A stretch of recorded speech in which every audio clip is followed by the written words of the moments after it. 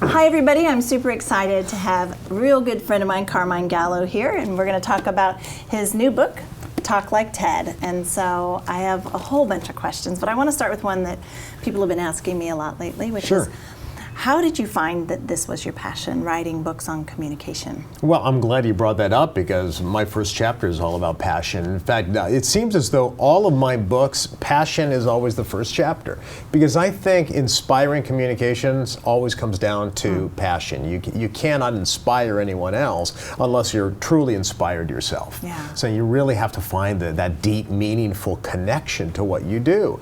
I think I found that meaningful connection when I was at UCLA in the 80s, and I came of political age with Ronald Reagan, so I used to watch the Ronald Reagan speeches. And then I got into political speeches, and I used to love Mario Cuomo, and I remember just getting goosebumps when I heard political speeches. So a lot of people say they're a computer nerd. I was a communication nerd. So I used to go to the law library, and I used to find a publication called Vital Speeches of the Day. Subscribe. You still do? I didn't even know if it was around anymore. Yeah, a new guy took it over. He's doing a good job. Now I need to know where to get a subscription. So I used to read that, and nobody else did. So I took that, and I went into journalism. So I worked at CNN. I worked for some other media publications, and did business news, and then started to realize that the people who were the ones who were always on, the people who got the return interviews, they weren't necessarily the most expert, but they told a better story. They were better communicators. And so we went back to those people time and time again. So over the next few years, I started to evolve my thinking away from being the journalist on one side of it and helping those executives tell their story. So I sort of approached it from a little different angle than you certainly did as presentation design. You approach it from your design standpoint, but I've noticed that a lot of the material that we talk about arrives at similar conclusions, but yet from completely different areas.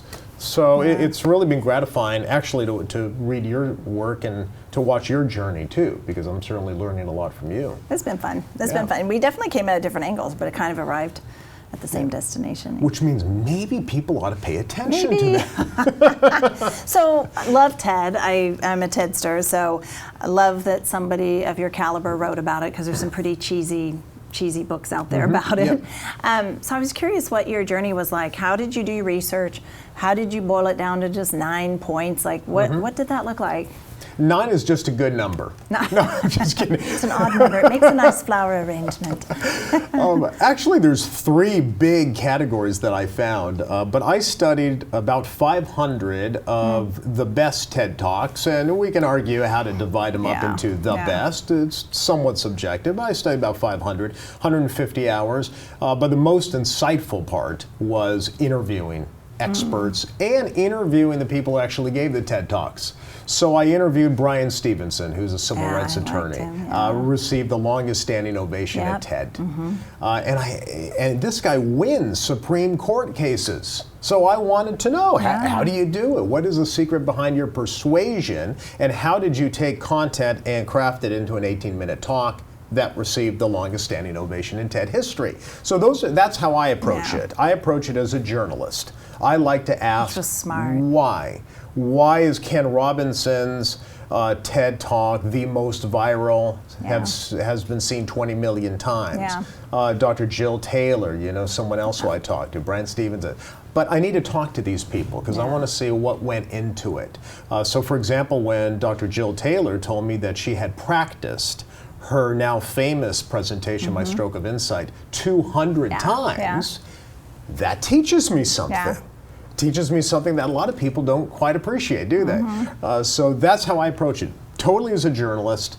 It's not so much about the conference. I take care of the conference in the first 2 pages, but it's how this conference became the gold standard in public speaking. Yeah. And more importantly, what can the rest of us Learn who maybe will never reach a TED stage, and that's fine. What can we learn from these extraordinary 18-minute presentations? Yeah, I bumped into Jill Bolte Taylor at TED, did. and I asked her, what was the magic? And so not only did she rehearse, but she visualized it. She visually knew every move that her body was going to make, which was fascinating to me. She's beautiful. She's lovely. I think, and I don't know if we can argue about this. I'm sure you probably agree with me, but some people have told me if you rehearse too much, then you become robotic or stilted. I feel as though the more you rehearse, the more you internalize your content, right. so then you can really start having fun with it instead of worrying about what the There's a moment, like people rehearse and they're robotic, and that gets you about 90% of the way there as far as learning the material, but there's a whole lot of rehearsal that has to happen beyond that to get you conversational. Right. So I think a lot of people don't take it, okay, I memorized it, I'm not stumbling over my words, and That's then a they great don't point. take it to a point where it's natural and conversational, and that's a lot of work. That's a great It's hard point. to So you do have it. to take it beyond that point to where you've just rehearsed it, to where Right. you've got it down. Then you take it Right. to be conversational. Right. So you're going to be my next book, so we'll have to talk about that. What was the material? So I never get to put everything in my book I want to. So Can what you- was the material that hit the cutting room floor Oh, the cutting room floor. that you wish could have made the book? Very little, probably just more examples. Just fantastic. There's too many great examples. If you look at 500 of the best TED Talks, there's far too many that can be included even in a 200-page book. Because I want to explore it a little bit. I don't want to just talk about. I don't want to just reference a TED Talk. I want to explore it. Here's how it built up. Here's what I learned from the people who gave the TED Talk. Here's how they practiced it. Here's how they told the story behind it.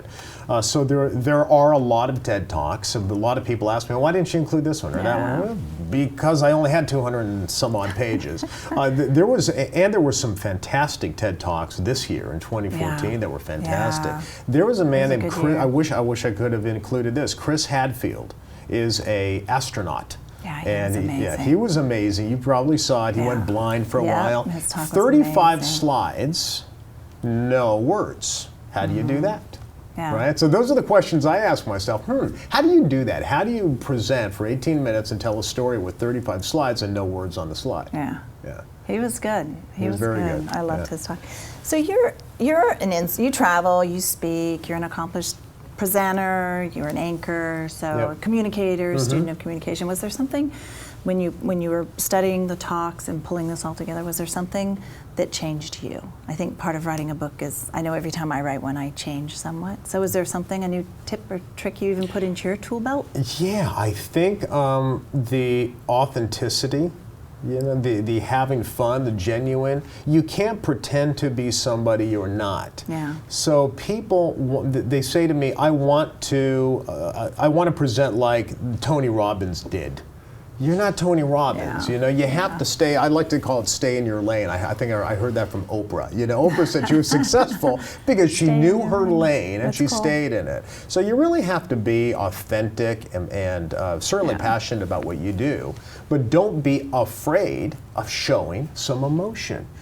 University of Minnesota researchers are finding that emotion, passion, enthusiasm is contagious. Yeah. If you are genuinely and Yeah. authentically passionate about what you do, people will have a different perception about you and your product.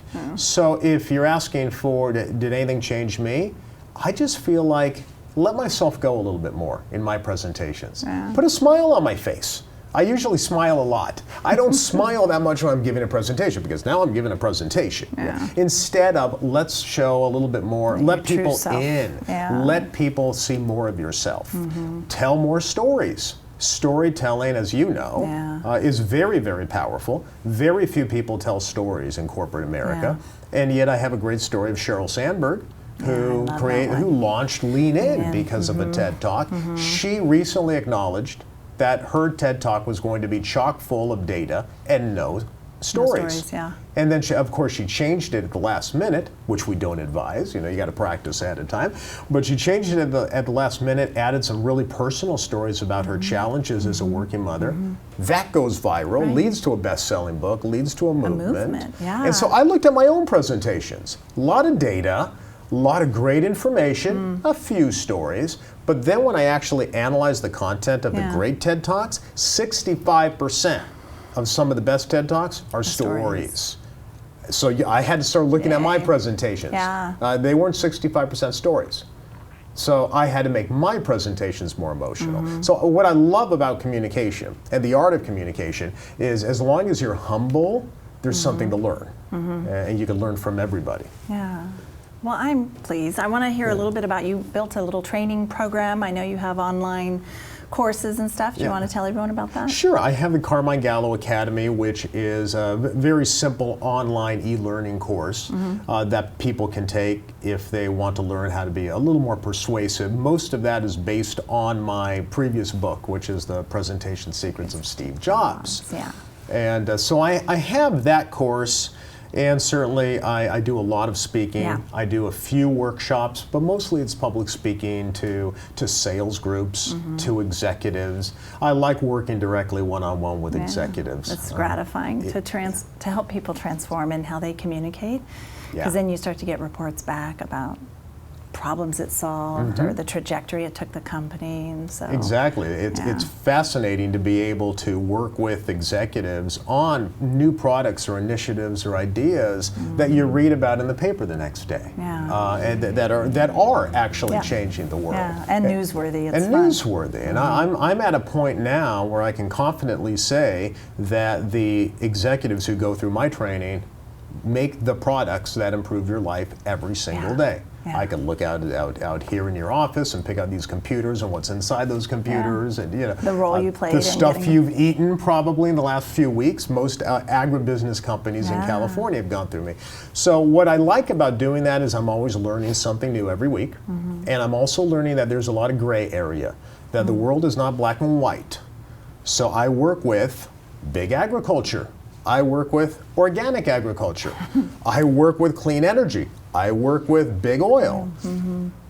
There's a middle ground. Not everything people say about organic or conventional produce is equal.